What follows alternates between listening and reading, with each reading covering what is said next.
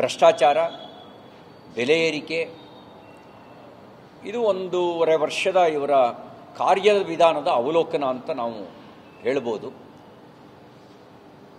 ಮುಖ್ಯಮಂತ್ರಿಗಳಾದಿಯಾಗಿ ಬಹುತೇಕ ಸಚಿವರುಗಳು ಒಂದಲ್ಲ ಒಂದು ರೀತಿಯಲ್ಲಿ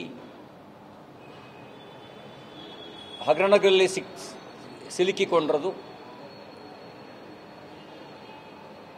ಮಾನ್ಯ ಪ್ರಿಯಾಂಕ್ ಖರ್ಗೆ ಅವರು ಉಳಿದವ್ರ ಬಗ್ಗೆ ಏನು ಹೇಳ್ತಾ ಇದ್ರು ಅದು ನನಗೆ ಅನ್ವಯ ಆಗಲ್ಲ ಅಂತ, ನಾನು ಉಳಿದವ್ರಿಗೆ ಹೇಳಕ್ಕೆ ಮಾತ್ರ, ಅದು ನನಗೆ ಅನ್ವಯ ಆಗಲ್ಲ ಅನ್ನುವ ಅವರ ನೀತಿ.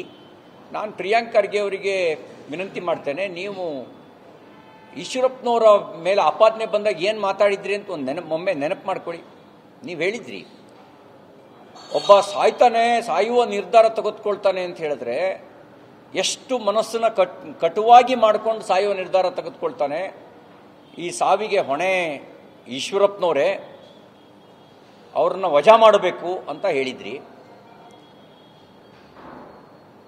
ಸಚಿನ್ ಪಾಂಚಾಳ್ ಸಾವಿಗೂ ನೀವು ಹೊಣೆ ಆಗ್ಬೋದಲ್ಲ, ನೀವ್ಯಾಕೆ ಹೊಣೆ ಆಗಲ್ಲ? ನೀವೇ ಹೇಳಿದ ಮಾತನ್ನು ಒಮ್ಮೆ ನೀವು, ಈಗಲೂ ಯೂಟ್ಯೂಬ್ನಲ್ಲಿ ಲಭ್ಯ ಇದೆ, ತೆಗೆದು ನೋಡಿ.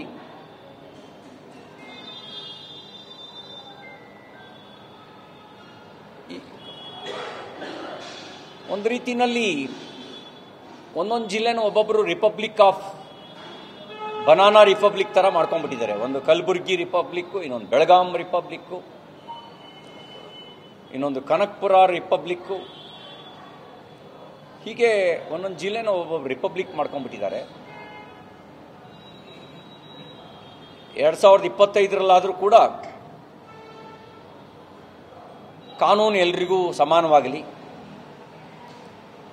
ಸಂವಿಧಾನ ಎಲ್ರಿಗೂ ಅನ್ವಯಿಸಲಿ, ಬನಾನಾ ರಿಪಬ್ಲಿಕ್ಕು ಆಗದಂತಿರಲಿ ಅಂತ ಆಶಯವನ್ನು ವ್ಯಕ್ತಪಡಿಸ್ತೀನಿ.